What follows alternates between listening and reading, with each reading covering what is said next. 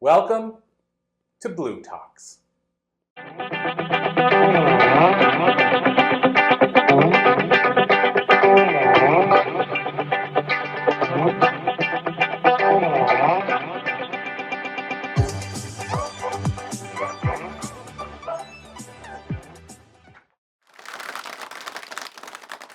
Awesome. Okay, so thank you so much again, everybody, for joining us for more of a live interview. I mean, I really thrive off this. A lot of times when you're running a show or a podcast, if you're lucky, you have the guest with you. So you have two people, maybe three if they brought a friend, but you don't usually get in front of that interaction and that audience. So I like this energy. So Debbi DaChinger, so excited to have you here with me today. And where I like to start usually, which I know is different than most interviews, but I always like to get the guests to tell us just a little bit about themselves rather than me reading a bio that sounds kind of stilted. So can you tell us just a little bit before we dive into the meat of things? Okay. What a life I have led, for real.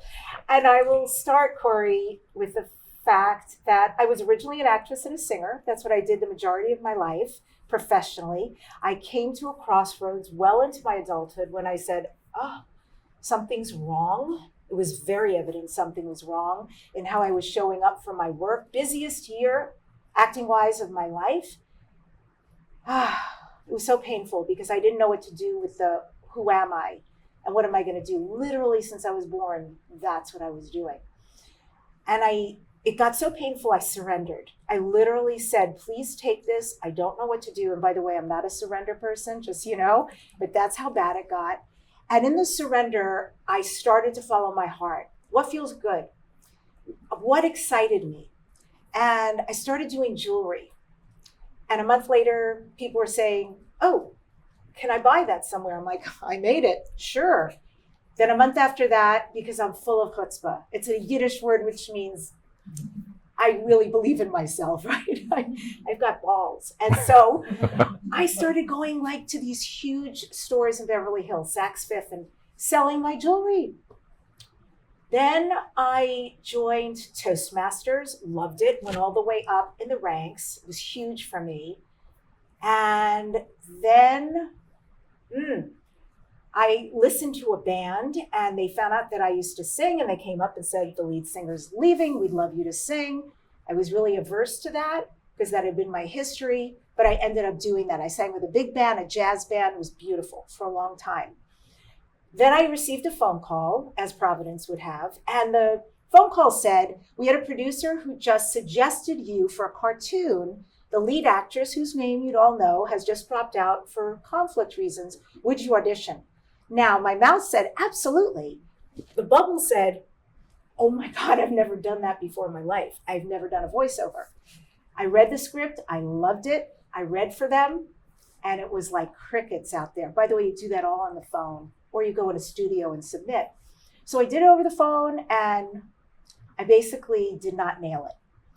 And I knew it, but I wanted it so badly. And I said, please, please, before we hang up, would you give me a second chance? And I was very blessed because you don't always get a second chance. They said yes. And so I went deep. And I went for a take I had heard.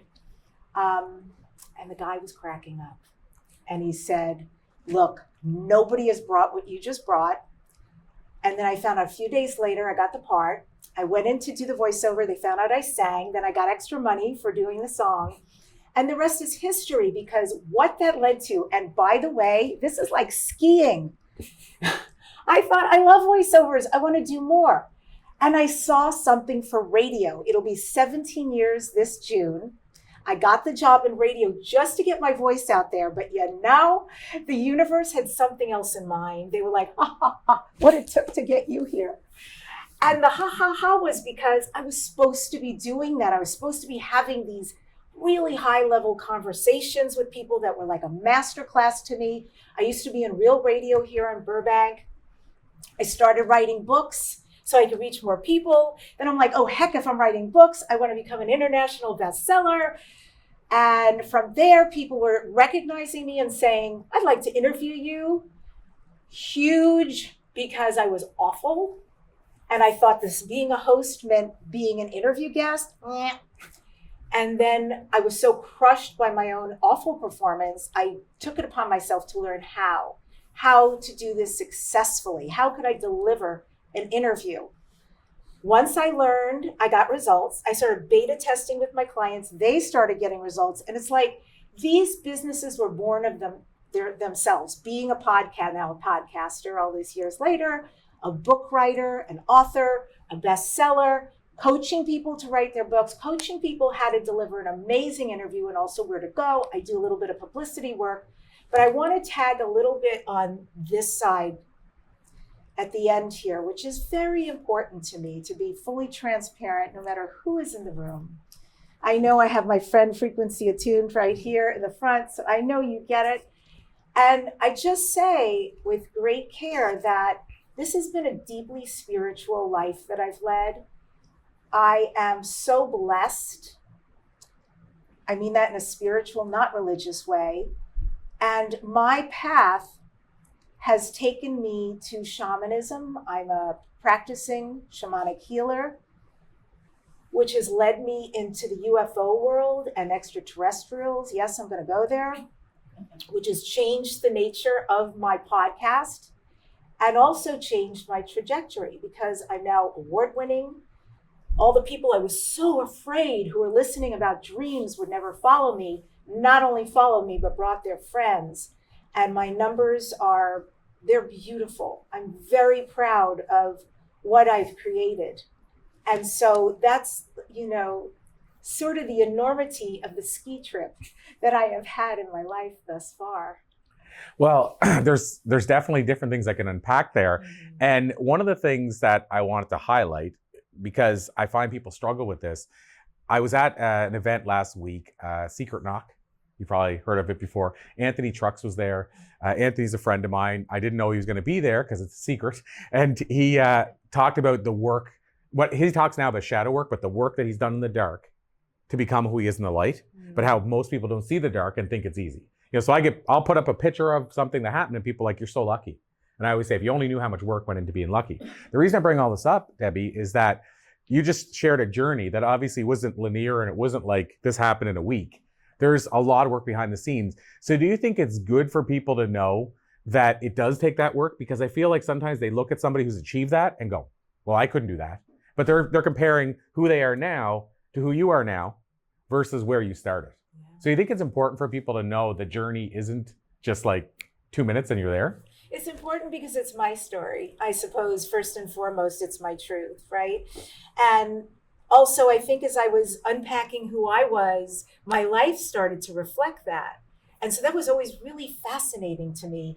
And at all these junctures, it felt like, oh, this is it. And then I'd move forward and go, this is it. So I had a lot of that. And I just feel like, it is important because when I look back, I don't go, oh, what it took to get here. I look back in my life and go, wow.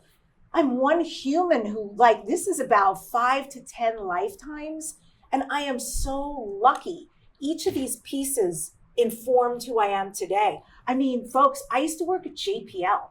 I used to work at Jet Propulsion Laboratory once upon a time, way back when I was young. And you know what? Thank God. Hated the job, by the way.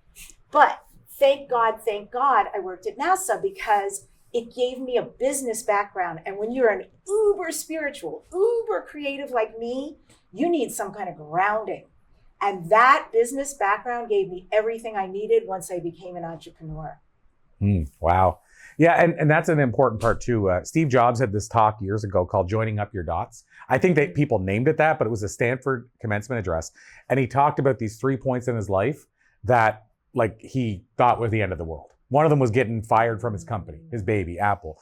And he went in the talk and he said, I now realize if those, I think he called them dents in the universe, didn't happen along the way, he wouldn't have been where he was at the time, which is now running Apple again, launching the iPad, the iPhone. But what I'm getting at with that, Debbie, is what you said, these times when you say, oh, I've made it, or these times when you say, this is the worst thing that ever happened to me, they're all a part of that ski trip. And so I guess it brings up a good question. It kind of relates to, would you wish them away? But I asked this question called the time machine. And so the time machine question is, if you could jump into a time machine and talk to your younger self, what do you think you might tell a younger Debbie? And adding the context that if you went back and wished some of these things away, you wouldn't be the Debbi you are today. But what would you think you might say to yourself? This is so powerful right now. Thank you for asking that brilliant question, because I just did that recently. And it wasn't premeditated. It was a very organic experience. So I'd shared with you briefly, Corey was saying, so how are you? What's going on? We haven't seen each other in a couple of years. And I'm like, oh my God, what's opening up for me right now is Providence. It really feels like such a special ride. So I will start with the fact that I got an invitation to speak in Mexico City at the World Congress ufology event. And I went and did the presentation, and it opened up unbelievable doors because of who I got to spend time with, big mover shakers in this world who have subsequently invited me to other things. But also, they were down one on a panel, like you'll love this, UFO disclosure panel. This is government lobby talk, like, not me, right? And a voice inside of me said, you do this. You got invited, you're a yes. I said yes. I served on that panel with names you would know.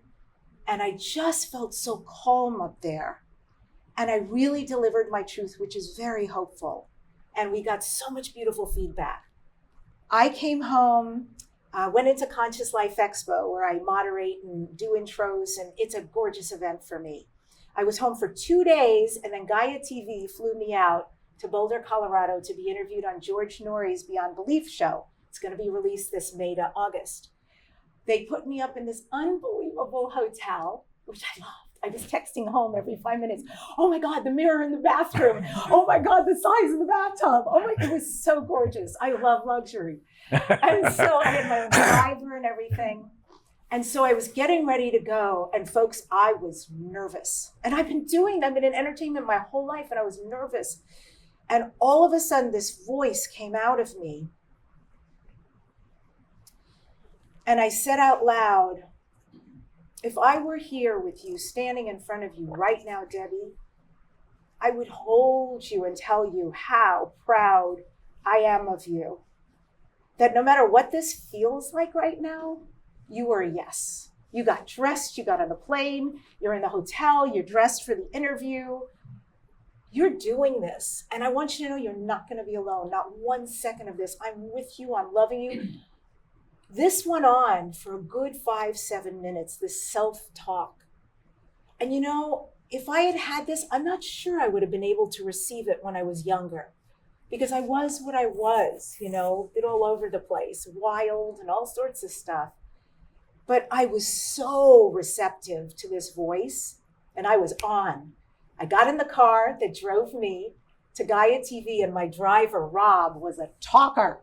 I mean, this guy, and I wanted so much to go over my notes, but then I thought, just be present with Rob.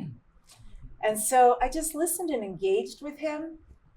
I did the interview. I came back in the production room, and they were raving and making suggestions about other possibilities for me.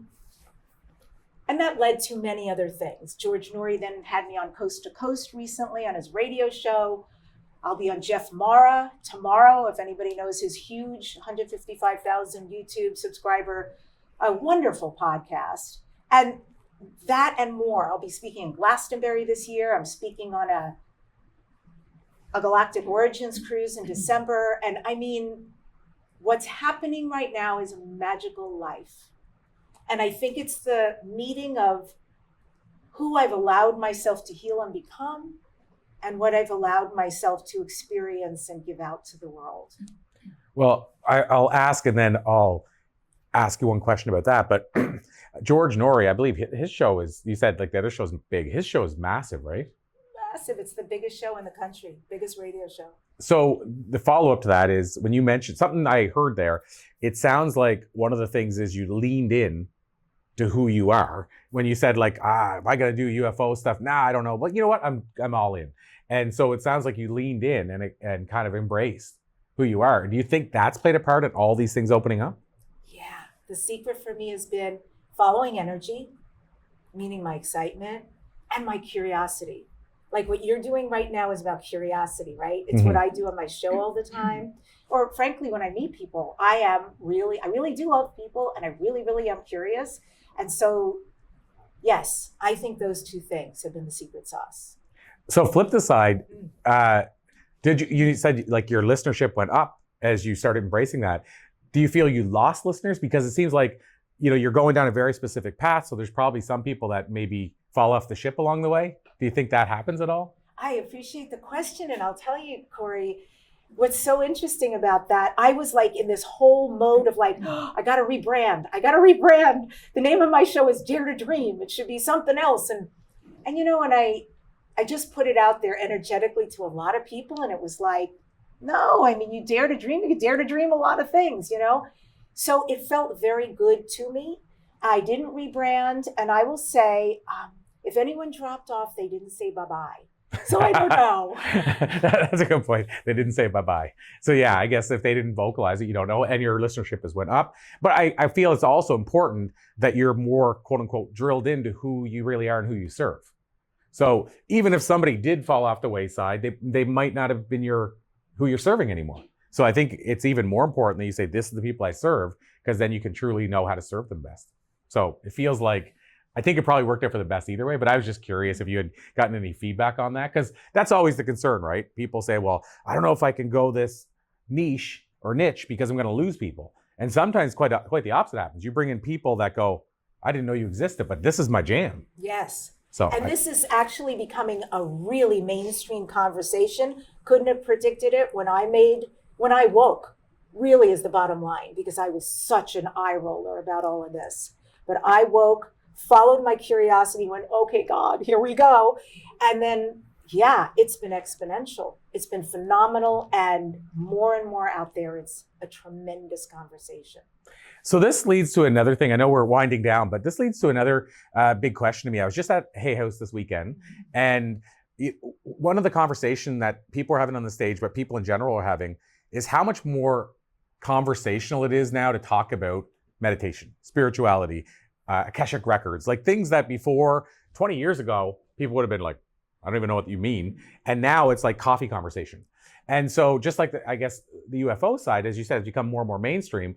So do you feel as a conscious, we are truly going where people thought we might, which is becoming more and more conscious in general as a society? Or is it just certain people are becoming more conscious? Like, do you know what I mean? Is everybody moving in that direction, do you think? Or is it just more people are being influenced by a smaller group of people? It is definitely not everybody yet. But it is a huge contention of people, and it's way more than it's ever been. We can have these conversations, and it's way more digestible and acceptable. I could say so much about this, but essentially, I want to say in the Peruvian shamanism, Inca specifically, is what I've studied. That's my lineage. There is a prophecy called the Pachacuti. The Pachacuti comes every 500 years, and we are literally in one right now. And my mentors, my shamans, have made it very clear to me, it's no more a myth. We are in it. It is for real. And it's a time, they say, when the eagle and the condor will fly together. There's a cleansing and a healing that will take place on the earth. And also they talk about it is a time of making things right. But in order to make things right, I think of it like one of those snow globes. You have to turn it upside down and shake it in order to put it back to its correct setting and let the snow fall. And that's what's happening to Mother Earth. That's what is happening to humanity. There's chaos. There's a lot of unrest for some people. There's wars and things, but it is finally about us being the Pachacuti and being able to fly. We are the eagle. We are the condor, and it is our time to fly, to heal, and to cleanse. And I absolutely believe that is why this conversation is what it is, why our souls came here at this time. Each of us is part of the puzzle and part of the light to be shown, and that everybody is waiting for. Amazing. So Debbi DaChinger, I'll call it a to be continued, and until next time. But before we run, last question is, how do we learn more? Like, where can people follow you, the hub, all that kind of stuff? Thank you. Yeah. My website, my name, DebbiDaChinger.com. It's D-E-B-B-I. There's no E, and the last name is Austrian, D-A-C-H-I-N-G-E-R. Instagram, obviously. Actually, every social media platform, and I roll out shaman classes, book writing classes, whatever Corey doesn't do, I do the other pieces around some of that. And yeah, I'd love to connect further and deeper. And my show, Dare to Dream, go under my name also on YouTube or any major platform. It's Dare to Dream with Debbi DaChinger. Amazing. Like I say, to be continued. Thank you, my friend. Awesome.